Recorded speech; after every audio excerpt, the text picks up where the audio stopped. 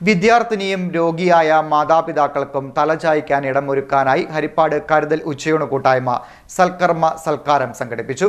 രാമപുരം ശ്രീനിലയം വീട്ടിൽ വിജയകുമാറിനും കുടുംബത്തിനുമായിട്ടാണ് ഹരിപ്പാട് കരുതൽ ഉച്ചയൂണ് കൂട്ടായ്മ വീട് നിർമ്മിക്കുന്നത്.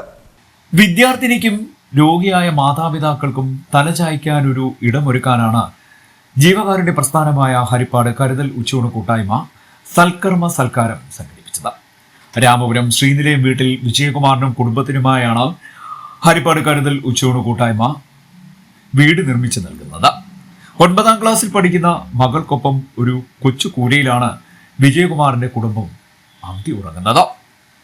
കുടുംബത്തിന് കെട്ടുറപ്പുള്ള കൂര നിർമ്മിക്കുന്നതിന് ധനം കണ്ടെത്തുന്നതിന് വേണ്ടിയാണ് ഞായറാഴ്ച രാവിലെ 10 മണി മുതൽ രാത്രി 9 മണി വരെ പത്തിയൂർ ഗ്രാമപഞ്ചായത്ത് 1ാം വാർഡ് സബ് ഹെൽത്ത് സെന്ററിന് സമീപമുള്ള വീട്ടിൽ സൽക്കർമ്മ ചലഞ്ച് സംഘടിപ്പിച്ചത്. കരുതൽ ഉച്ചയൂണ് കൂട്ടായ്മ സംഘടിപ്പിക്കുന്ന 299ാമത് ചലഞ്ചായിരുന്നു അത്. കുടുംബത്തെ ചേർത്ത് നിർത്താൻ എല്ലാ സുമനസ്സുകളും പങ്കെടുക്കണമെന്ന് കരുതൽ ഉച്ചയൂണ് കൂട്ടായ്മ ചെയർമാൻ ഷാജി കെ ഡേവിഡ് പറഞ്ഞു. ഒത്തിരി സൽക്കാരങ്ങൾ കണ്ടിട്ടുണ്ട്. കഴിഞ്ഞ ദിവസം എൻ്റെ സുഹൃത്ത് പറഞ്ഞു, ചേർത്തലയിൽ വെച്ചൊരു കല്യാണത്തിൻ്റെ റിസപ്ഷൻ്റെ ചെലവ് പറഞ്ഞു. ഞാൻ ഒരു നിമിഷം ഒന്ന് വല്ലതായിപ്പോയി. 90 ലക്ഷം രൂപയാണ് ഓഡിറ്റോറിയത്തിൻ്റെ വാടകയും 4800 രൂപ ഫുഡ്. ആ ഭക്ഷണത്തിൻ്റെയൊക്കെ ഓരോന്നിങ്ങനെ പറയുന്നത് കേട്ടു. പക്ഷേ ഞങ്ങളൊരു സൽക്കാരം നടത്തുന്നുണ്ട്. ആ ഭക്ഷണം നിങ്ങളോടൊന്ന് പറയാം. രാവിലെ നല്ല പഴുത്ത ഞാലിപ്പൂവൻ പഴവും ആവിൽ നനച്ചതും മിച്ചറും ബിസ്ക്കറ്റും ഒക്കെ ആയിട്ട് രാവിലെ. ഉച്ചയ്ക്ക് നല്ല ചൂരക്കറിയും കൂട്ടി, കേരച്ചൂരയും കൂട്ടി നല്ല ഊണ്. വൈകിട്ട് അപ്പവും മുട്ടക്കറി. ഇതെന്തിനാണെന്നറിയാം, നിങ്ങൾക്കറിയാം. ഞങ്ങളുടെ വ്യത്യസ്തമായ ഒരു ആശയമാണ്. നിങ്ങൾ പല തെക്കൻ ഭാഗങ്ങളിലോട്ടും വടക്കോട്ടൊക്കെ ഇത് എല്ലാവരും പരീക്ഷിച്ച് വിജയിച്ച് നല്ലതാണ്.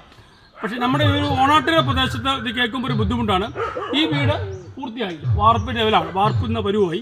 200-300 മീറ്ററോളം ദൂരം ഈ സാധനം കൊണ്ടുവരണം. എന്നാലേ കണ്ണന് ഒരു 9ാം ക്ലാസ്സിൽ പഠിക്കുന്ന കുഞ്ഞിനും ഒരു വീടാവത്തുള്ളൂ. ഈ വീട് ആദ്യം ഞാനും അതുമൊക്കെ ആയിട്ട് വന്ന് കണ്ടപ്പം ഒരു പാമ്പ് ഇറങ്ങിപ്പോകുന്നൊരവസ്ഥ കണ്ടതാണ്. പെട്ടെന്ന് ചിലപ്പോൾ പാമ്പ് വന്നത് ചിലപ്പം ഞങ്ങളുടെ മനസ്സിൽ സ്വാധീനം ഉണ്ടാക്കാൻ വേണ്ടി ആയിരിക്കാമെന്ന് ചിലപ്പോൾ ചിന്തിക്കും. എന്താണേലും ആ വീട് ഈ ലെവലായി. ഇത് പൂർത്തീകരിക്കുക ഒരു സൽക്കാരം നടത്തുകയാണ്. ഷാജി കെ ഡേവിഡ്, റിയാസ്, മധു രാമപുരം, രാജീവ് രാമപുരം, അധ്യാപകരായ ദീപ, മായ മോഹനൻ നായർ, അഞ്ജന, സാദിഖ്, റിജി കുബിൽ, SPC കേഡറ്റുകൾ, നാട്ടുകാർ തുടങ്ങിയവർ പങ്കെടുത്തു. CDNet news, Kayamkulam.